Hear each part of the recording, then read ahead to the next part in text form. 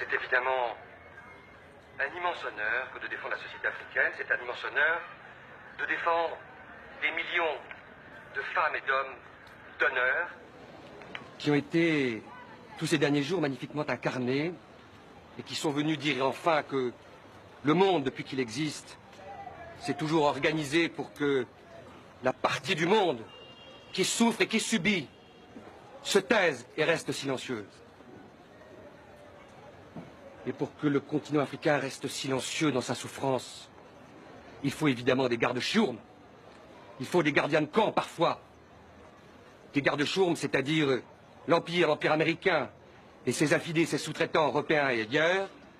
Il faut des docteurs Diafoirius, des docteurs Folamour, qui prescrivent des ordonnances qu'évidemment les Africains ne savent jamais lire et ne respectent jamais. Des ordonnances, soi-disant potions magiques, qui se révèlent rapidement des poisons qu'on distille à merveille, poisons chinois, et d'ailleurs peut-être que demain, les Chinois vont s'y mettre, et le mal sera alors absolu.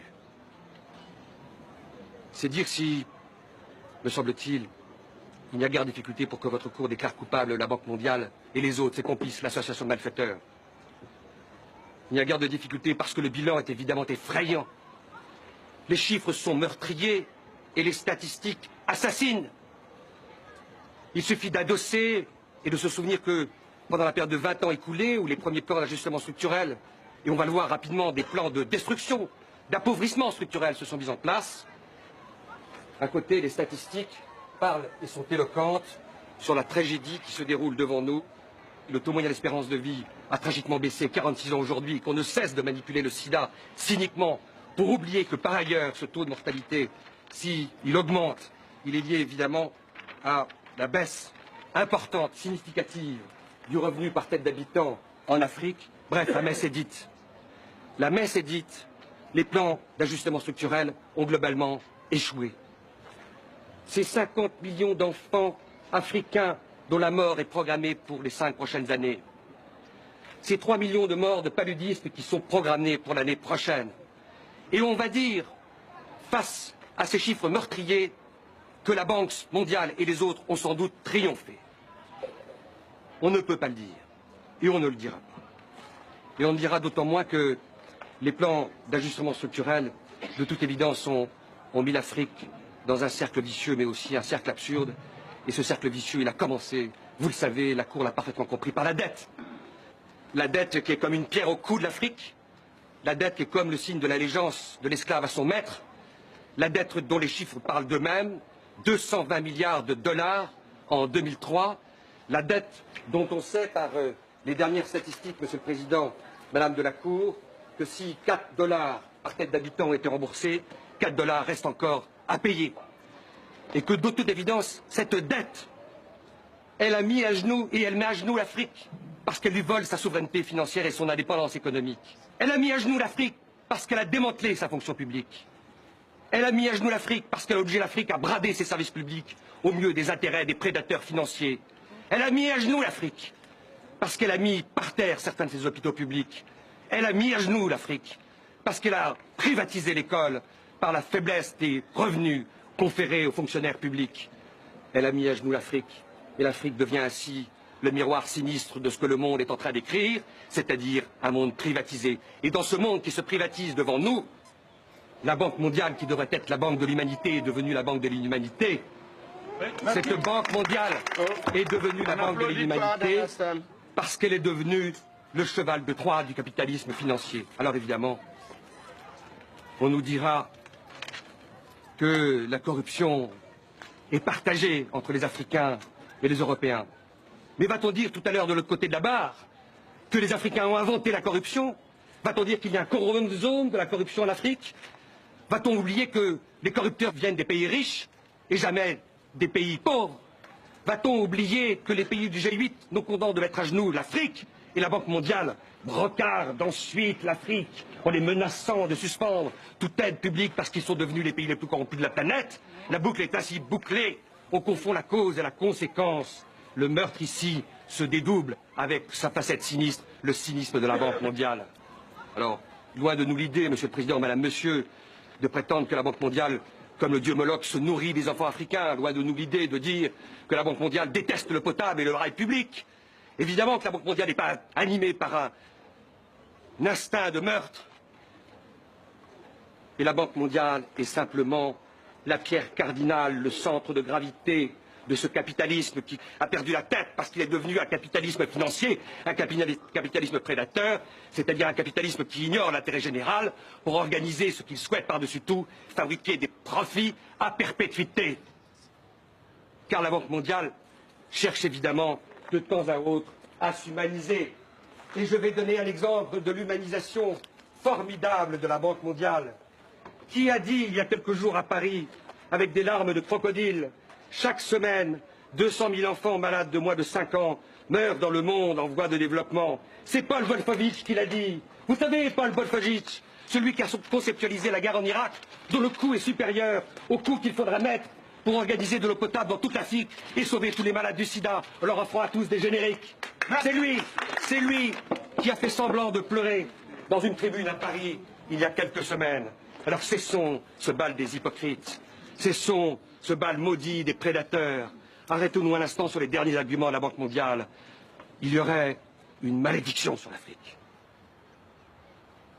Et c'est ce miroir épouvantable que l'Europe réfléchit sur l'Afrique et qui de temps en temps pollue quelques cerveaux, tue les consciences critiques. L'Afrique serait vouée au malheur. La pauvreté y serait aussi naturelle que le génocide tropical, l'esclavage, le néocolonialisme. Et cette espèce de fatalité, on la trouverait également dans cette certitude, l'Africain est toujours ignare. Et d'ailleurs, que n'a-t-on entendu de l'autre côté de la barre il y a quelques jours, quand Mme Souko a déposé, et elle a eu le toupet, Mme Souko, de dire qu'elle savait lire un bilan. Femme savante, a-t-on dit de l'autre côté de la barre. Femme savante, mais oui, les Africains, la complexité du monde, elle est irréductible pour eux. Ils n'y connaissent rien. Et puisqu'ils n'y connaissent rien, ça permet de disqualifier et de délégitimer tout esprit critique, cet esprit critique que courageusement on a entendu il y a quelques instants du côté de la barre. Alors oui, vous allez déclarer coupable la Banque mondiale d'avoir abusé de la confiance du peuple africain. Oui, vous allez déclarer coupable la Banque mondiale de non-assistance à peuple en danger. Oui, vous allez déclarer coupable la Banque mondiale de ne pas avoir respecté son mandat d'origine, c'est-à-dire servir l'humanité. Et ce faisant, vous allez réouvrir la voie de l'utopie que chacun de nous voit de l'œil intérieur et qui permet de dessiner un monde nouveau derrière les collines. L'utopie qui est en quelque sorte ce bélier africain qui vient se frotter et déchirer le froc de la raison d'État du marché. L'utopie demain pour éviter ce qui se prépare dans les banlieues d'Accra, d'Abidjan et du Caire, c'est-à-dire que des gamins ivres de pauvreté et de souffrance, ce demain se transforment en boules de feu. Vous allez donc déclarer coupable la Banque mondiale de redevenir une banque de l'humanité. Vous allez déclarer coupable la Banque mondiale pour les crimes d'inhumanité et du cynisme qu'elle commet depuis 20 ans. Et évidemment, la seule peine possible, c'est la peine la plus modeste. C'est la peine la plus douce. Car Paul Wolfowitz, on ne va pas le jeter dans le Niger, les Caïmans n'en voudront même pas. La peine qu'il faut prononcer, et c'est ce que nous vous demandons,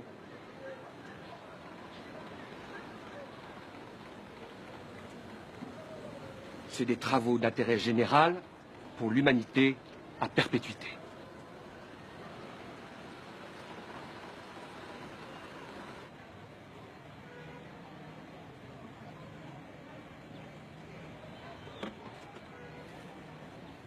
J'ai l'insigne honneur de comparaître devant votre juridiction pour prêter ma robe à la défense d'une noble et juste cause, mais surtout prêter ma voix aux 100 voix d'Afrique qui, depuis 25 ans, subissent la loi d'airain de l'ajustement, cette loi du plus fort qui jamais n'a su être la meilleure. Oui, Monsieur le Président, l'ajustement est un mal organisé, structuré, administré et inoculé à nos peuples.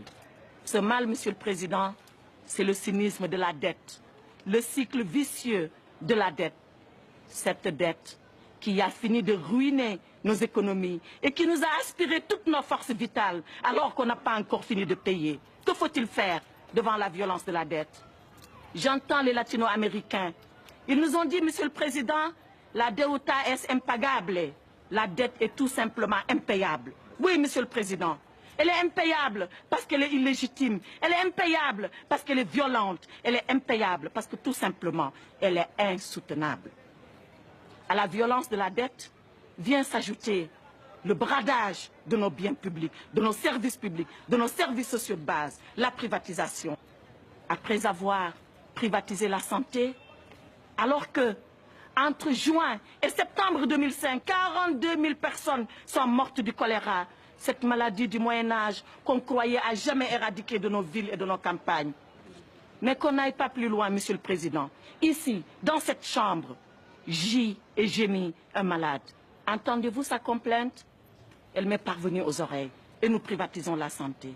Ce n'est pas fini. On privatise l'éducation. Conçue comme un droit universel, l'acquisition du savoir et de la connaissance, qui doit être la chose la mieux partagée.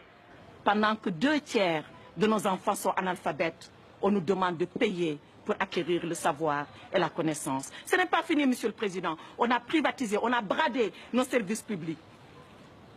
Comment privatiser l'eau, Monsieur le Président? Le Djoliba, le Sénégal, le Zambèze, le Limpopo, nos fleuves privatisés avec nos contes, nos légendes, nos traditions, enfouis dans les courants, dans les rivières et dans nos lacs. Cela n'est pas admissible. Ce peuple, c'est la veuve qui pleure la mort prématurée de son mari, enfoui sous les décombres de l'ajustement. Ce peuple, c'est l'orphelin qui réclame le sein de sa mère, emporté dans les couches, alors qu'il exigeait tout simplement un dû, les soins primaires de santé. Ce peuple, Monsieur le Président, c'est le père de famille, ce compressé du rail, ces messieurs que vous avez entendus, ces dames qui vous ont supplié à votre barre. Le père de famille qui a vu son autorité, qui a vu son influence, qui a vu sa dignité diluée et emportée par un licenciement injuste. Ce peuple, Monsieur le Président, c'est enfin Zégué Bamba. Avez-vous, Monsieur le Président, entendu la complainte de Zégué Bamba? Ce paysan qui vous dit, mais pourquoi comme alors je ne sème pas? Pourquoi quand je sème je ne récolte pas? Et pourquoi quand je récolte je ne mange pas? C'est cette Afrique, Monsieur le Président, qui vous demande dignement, humblement, modestement, mais légitimement justice, Monsieur le Président. Alors vous la lui rendrez, sa justice à l'Afrique. Vous la lui rendrez, non pas en condamnant la Banque mondiale, non, vous la lui rendrez tout simplement, Monsieur le Président, en renvoyant la Banque mondiale, le FMI, l'OMC, le G8, tous leurs affidés et leurs complices à leur mission première, celle-là qu'ils n'auraient jamais dû oublier et qui met l'homme comme finalité de toute action humaine. Il vous appartient, Monsieur le Président, vous, par votre plume, qui rendra la décision. Il m'appartient, moi, par la robe que je porte. Il nous appartient à nous tous, parce que c'est notre devoir de génération de provoquer et de précipiter la venue de ce jour. Car il y va de l'équilibre du monde et de l'avenir de l'humanité.